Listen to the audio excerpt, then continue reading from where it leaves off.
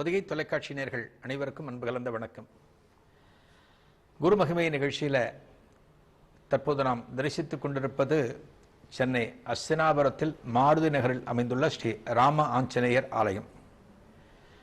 ஒரு பெருமாள் ஆலயம் எப்படி இருக்க வேண்டுமோ அதற்கு உண்டான அத்தனை சந்நிதிகளும் அத்தனை திருவிழாக்களும் இந்த ஆலயத்தில் வெகு சிறப்பாகவே நடந்து வருகின்றன.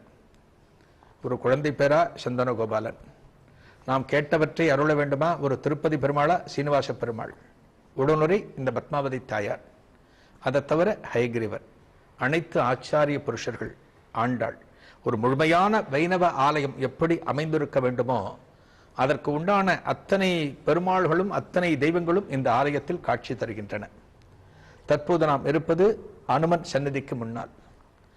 ஆஞ்சநேயர் அப்படிங்கிறவரை நம்ம எப்படி சொல்லுவோம் அப்படின்னா, ஒரு சிறந்த தூதுவனாக நாம் சொல்லுவோம். ராமபிரானுக்கு ஏற்ற ஒரு தூதுவன். ராமபிரான் சொல்லக்கூடிய விஷயங்கள் அத்தனையும் நிறைவேற்றக்கூடிய ஒரு வலிமை யாருக்கு படைத்திருக்கிறது என்றால் இந்த அனுமனுக்கு வாய்த்திருந்தது. இந்த அனுமன் ராமபிரான் மனசுல என்ன நினைக்கிறாரோ அவற்றையெல்லாம் உணர்ந்து செய்யக்கூடியவர் என்று அனுமனை புராண நூல்கள் போற்றுகின்றன. இந்த ஆஞ்சநேயரை சிறப்பை சொல்லணும் அப்படிங்கிறதுக்காகவே இந்த ராமாயணத்துல சுந்தரகாண்டம் என்கிற ஒரு மிகப்பெரிய ஒரு பாராயண பகுதியானது உண்டு. ராமாயணத்தில் நம்ம எதை படிக்கிறோமோ இல்லையோ, இந்த சுந்தரகாண்டத்தை நம்ம தினமும் பாராயணம் பண்ணினா நமக்கு கிடைக்கக்கூடிய நல்லனவற்றை நாம் பட்டியலிட முடியாது. ஒரு உண்மையான பக்தி சிரத்தையோடு இந்த சுந்தரகாண்டத்தை நம்ம படித்தோம் அப்படின்னா, குழுவாகவோ அல்லது தனியாகவோ அமர்ந்து நாம் பாராயணம் செய்தால் நாம் வேண்டுமன எல்லாவற்றையும் இந்த தூதன் ஆகப்பட்ட அனுமன் நமக்கு நிச்சயம் அருள்வார். ராமபிரானை பற்றி எந்த இடத்துல நம்ம பேசினாலும் அந்த இடத்துல அனுமன் நிச்சயமாக இருப்பார் என்று சொல்லப்படுவதுண்டு. ராமபிரான் பற்றி நம்ம எவற்றை சொல்கிறோமோ அவற்றையெல்லாம் இந்த அனுமன் ஆகப்பட்டவன் ஒரு இடத்தில் அமர்ந்து கொண்டு கேட்டுக்கொண்டிருப்பான். தனது தலைவனுடைய பெருமைகளை, தனது தலைவனுடைய புகழை கேட்டுக்கொள்வதில் அத்தனை ஆனந்தம் அந்த ஆஞ்சநேயருக்கு. பக்தியில நமக்கெல்லாம் என்ன வேணும் அப்படின்னா பரிபூரணமான நம்பிக்கை. இந்த ஆஞ்சநேயருக்கு அது கிடைச்சது. பகவானை விட்டா ஒண்ணு கிடையாது. இதே போலத்தான் இறைவனுக்கு சேவை செய்தவர்கள் அத்தனை பேரையும் நாம் அடியவர்கள் என்று போற்றுவோம். அவர்களை ஆச்சாரிய புருஷர்கள் என்று போற்றுவோம். இவர்கள் அத்தனை பேரும் காலம் முழுக்க பகவானுக்கு சேவை செய்வது மட்டுமே ஒரு மிகப்பெரிய தொண்டாக நினைத்து வாழ்ந்தவர்கள். அவர்களுக்கு எந்த விதமான ஒரு பொருளாதார வசதியோ ஒரு பொருளாதார தேவை குறித்தோ எந்த காலத்திலும் இறைவனிடம் முறையிட்டதில்லை. அதனால தான் பகவான் என்ன பண்ணினா, ஆஹா இவர்கள் எந்த விதமான புலம்பலையும் நம்மிடம் சொல்லவில்லை, இவர்கள் தனக்கு உண்டான எதையும் நம்மிடம் கேட்கவில்லை என்று இறைவனே என்ன செய்தான், பெருமாளை இவர்களுக்கு என்னென்ன தேவையோ அனைத்தையும் இவர்களுக்கு வாரி வழங்கினான். எந்த நேரத்தில் உனக்கு என்ன தேவை அனைத்தையும் நான் கொடுக்கிறேன். உனக்கு செல்வ வளம் வேண்டுமா, ஒரு முக்தி நிலை வேண்டுமா, உனக்கு குடும்பத்தில் ஒரு வாரிசு வேண்டுமா, அனைத்தையும் நான் பார்த்துக் கொள்கிறேன் என்று பெருமாள் அத்தகைய குடும்பங்களுக்கு ஒரு மிகப்பெரிய பாதுகாவலராக இருந்தார். அதாவது பாடல் பெற்ற தலங்களை சைவத்தில் என்ன சொல்லுவோம், தேவார பாடல் பெற்ற தலங்கள்னு சொல்லுவோம்.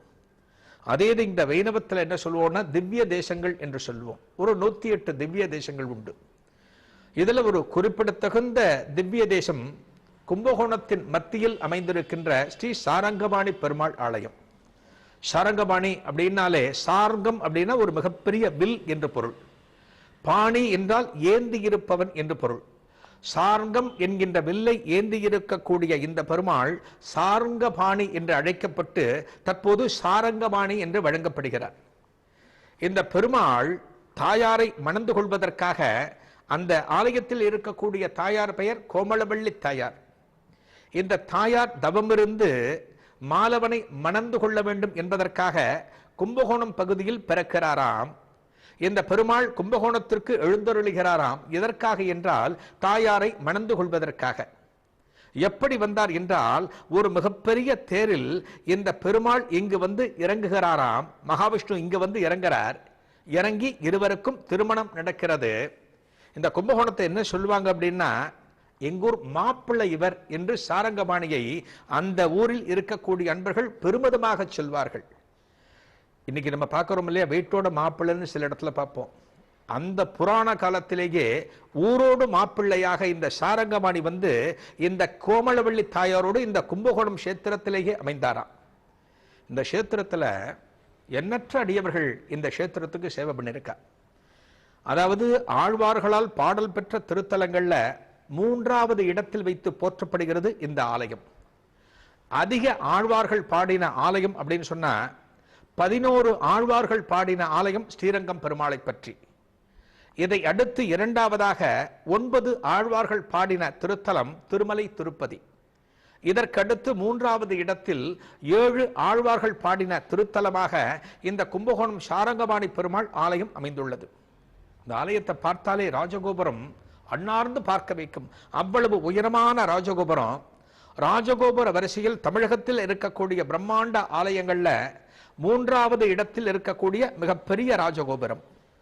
பெருமாள் ஒரு தேர்ல வந்து இங்க இறங்கினார் அப்படிங்கிறதுனால இந்த ஆலயத்தில் நடக்கக்கூடிய சித்திரை மாத தேர் திருவிழா மிகவும் விமரிசையானது. தமிழகத்தில் இருக்கக்கூடிய மிகப்பெரிய தேர்கள்ல இது 3வது இடத்தில் இருக்கக்கூடியது. இந்த ஊருக்குள்ள இந்த பெருமாள் எல்லாம் 3 வரும். 3வது இடத்துல ஆழ்வார்கள் அதிக எண்ணிக்கையில் பாடிய ஆலயம், ராஜகோபுரத்துல 3வது பெரிய ராஜகோபுரம் கொண்ட ஆலயம், தேர்ல 3வது பெரிய தேரை கொண்ட ஆலயம். முதல் தேர் பெரிய தேர் எது அப்படின்னா திருவாரூர். 2வது பெரிய தேர் எந்த ஆலயத்தில் இருக்குன்னா ஸ்ரீவில்லிபுத்தூர். 3வது பெரிய தேருங்கிறதுனா கும்பகோணம் சாரங்கபாணி பெருமாள். இந்த பெருமாள் ஆலயத்துல ஒரு பக்தர் இருந்தார் ஒரு காலத்துல. அவர் பேர் நாராயண சுவாமின்னு பேரு. இவருக்கு என்ன அப்படின்னா பெருமாள் தான் எல்லாமே. இவருக்கு குடும்பம் கிடையாது. இவர் பிரம்மச்சாரி. ஒரு பெருமாளுக்கு காலம் முழுக்க சேவை செய்ய வேண்டும் என்பதற்காக ஒரு பிரம்மச்சரிய விரதத்தை ஏற்றுக்கொண்டு இந்த பெருமாளுக்கு கைங்கரியம் பண்ண ஆரம்பிக்கிறார். இந்த பெருமாளுக்கு சேவை அப்படின்னா ஒரு நாளில் பூமாலை சாத்துவதில் இருந்து இந்த பெருமாள் ஆலய திருப்பணிக்கு என்னென்ன உதவிகள் செய்ய வேண்டுமோ அனைத்தையும் தானே முன்னின்று செய்வாராம். எந்த விதமான ஒரு பெயரையோ ஒரு விளம்பரத்தையோ எதிர்பார்க்காதவர் இந்த நாராயண சுவாமி. இந்த நாராயண சுவாமி வாழ்க்கையிலிருந்து நம்மளாம் பல விஷயங்களை கத்துக்கணும்.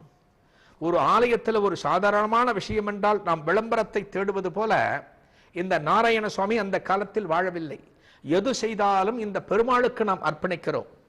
நாம் என்ன செய்தாலும் இந்த பெருமாளை நிச்சயமாக சென்றடைந்து விடுகிறது. இந்த பெருமாள் எல்லாவற்றையும் பார்த்து கொண்டிருக்கிறார் என்று பெருமாளுக்கே சகலத்தையும் அர்ப்பணம் செய்து வாழ்க்கையை வாழ்ந்து கொண்டிருந்தார் இந்த நாராயண சுவாமி. இவருக்கு குடும்பம் கிடையாது, குட்டி கிடையாது, ஒண்ணுமே கிடையாது. தனிக்கட்ட எல்லாம் பெருமாள், எல்லாம் சாரங்கபாணி, எல்லாம் சாரங்கபாணின்னு வாழ்ந்து வந்தவர். இவருக்கு என்னாச்சு அப்படின்னா ஒரு கட்டத்துல இவருக்கும் மனிதனாக பிறந்த அத்தனை பேருக்கும் இறப்பு என்கின்ற ஒரு நிலை வருமல்லவா. அதே போல இந்த நாராயண சுவாமிக்கு ஒரு காலகட்டத்தில் இறந்து விட்டார். ஒரு முக்தி நிலையை அடைந்த பிறகு இவருக்கு தகன காரியங்களை செய்ய வேண்டுமே, இவருக்கு ஈமச்சடங்குகளை செய்ய வேண்டுமே என்று அவரது உறவினர்கள் அத்தனை பேரும் பார்த்து கொண்டிருக்கிறார்கள். எவரை வைத்து இவருக்கு ஈமச்சடங்கு செய்வது என்று. என்றால் இவருக்கு வாரிசு கிடையாது, அண்ணன் தம்பி கிடையாது, அப்பா கிடையாது, யாருமே கிடையாது. எவரை வைத்து இவருக்கு ஈமச்சடங்குகள் செய்வது என்று அனைவரும் பார்த்து கொண்டிருக்கும் போது எந்த உறவினருமே முன்வரவில்லை. சொந்தம் அப்படிங்கிறதெல்லாம் ஒரு வரைக்கும் தான் அப்படிங்கிறது அந்த காலத்திலேயே இந்த நாராயண சுவாமி வாழ்க்கையில நிரூபணமாயிற்று. உறவு முறைகள் எவருமே இவருக்கு இந்த காரியங்களை செய்ய முன்வரவில்லை. ஒரு காரியங்களை உரிய முறையில் நாம் செய்தால்தான் அந்த ஆன்மாவானது கரையேறும். பார்த்துட்டு இருக்கா, யார் செய்யறது, நான் செய்யறதா, நீ செய்யறதா, என்னால முடியாது அப்படின்னு உறவினர்கள் விலகி கொண்டிருக்கிறார்கள். அந்த நேரத்தில் ஒரு இளைஞன் ஒருவன் உள்ள வரானா. ஒரு இளைஞன் ஒருவன் இந்த இடத்திற்குள்ள புகுந்து அந்த இளைஞன் அனைவரிடமும் சொல்கிறான், இவருக்கு உண்டான காரியங்களை நானே செய்கிறேன் அப்படின்னு இந்த இளைஞன் தானாகவே முன்வந்து சொல்கிறானாம். உறவினர்கள் அத்தனை பேரும் அந்த இளைஞனை பார்க்கிறார்கள். இவன் யார் என்று தெரியவில்லையே, நாம் பார்த்தது கூட கிடையாது என்று நினைக்கிறார்கள். சரி, நம்மளை விட்டு போனா போறோம், இவன் பண்றேன்னு வந்துட்டானேன்னு அத்தனை உறவினர்களும் விலக இந்த இளைஞன் முன்னுக்கு வந்து அனைத்து சடங்குகளும் நடக்கின்றன. இந்த உடல் எரியூட்டப்படுகிறது. அனைத்து தகனங்களையும் அந்த இளைஞனே பக்கத்தில் இருந்து பண்றான். இந்த உறவினர்களுக்கு ஒரு சந்தேகம், இவனுக்கும் இந்த இளைஞனுக்கும் என்ன தொடர்பு, இந்த நாராயண சுவாமிக்கும் இந்த இளைஞனுக்கும் என்ன தொடர்பு, இவன் தானாக முன்வந்து இவற்றையெல்லாம் செய்கிறானே என்று ஆர்வத்தின் காரணமாக இந்த இளைஞன் எல்லாவற்றையும் முடித்துவிட்டு எங்கே செல்கின்றான், இந்த கும்பகோணத்தில் இவன் எங்கே வசிக்கின்றான் என்று பார்க்க வேண்டும் என்று ஆசைப்பட்டு ஒரு சில உறவினர்கள் அவன் திரும்பி செல்கின்ற போது அவனை தொடர்ந்து செல்கிறார்கள். அவன் நடந்து சென்றவன் எந்த இடத்திற்குள் சென்றான் என்றால் இந்த சாரங்கபாணி ஆலயத்திற்குள் புகுந்து இறைவனுடைய கருவறைக்குள் புகுந்து சாரங்கபாணி இருக்கக்கூடிய இடத்திற்குள் சென்று அந்த இளைஞன் மறைந்த போதுதான் அந்த இளைஞன் மறைந்து விட்ட போதுதான் ஆஹா, இந்த சாரங்கபாணி பெருமாளே ஒரு இளைஞனாக வந்து தனது பக்தன் கரையேற வேண்டும் என்பதற்காக அனைத்து சடங்குகளையும் செய்து முடித்தார் என்பது பிற்பாடுதான் அனைவருக்கும் தெரிந்ததாம். இதுவும் பக்தியின் உச்சத்தை சொல்லக்கூடிய ஒரு விஷயம். இது நம்ம பக்தி உச்ச நமக்கு அனாதரவா நம்ம போனோம் அப்படின்னா நம்ம கூட யார் இருப்பான்னா கடவுள் கூட இருப்பார். நமக்கு அந்த நம்பிக்கை வரணும். இன்னைக்கு சொந்த பந்தம் கூட கடைசி வரைக்கும் இருக்குமா சொல்ல முடியாது. நட்பு முறைகள் அத்தனை பேரும் கடைசி வரை நம்முடன் இருப்பார்களா சொல்ல முடியாது. நமக்கு தெரிந்தவர்கள் தெரியாதவர்கள் அத்தனை பேரும் நமக்கு உதவுவார்களா சொல்ல முடியாது. அப்படி என்றால் கடைசி வரைக்கும் நம்முடன் இருப்பவர் யார் அப்படின்னா நாம் வணங்கக்கூடிய மகான்களும் நாம் வணங்கக்கூடிய தெய்வங்களும் தான் கடைசி வரை நம்முடன் இருந்து நமது சுக துக்கங்களில் பங்கு கொள்ளும். அதைத்தான் இந்த நாராயண சுவாமி வாழ்க்கையில நம்ம பார்க்கிறோம். கடைசி வரைக்கும் இருந்து இந்த நாராயண சுவாமிக்கு எல்லா தகனங்களையும் செய்து முடித்த தினம் தீபாவளி தினத்தன்று அமாவாசை தினம்.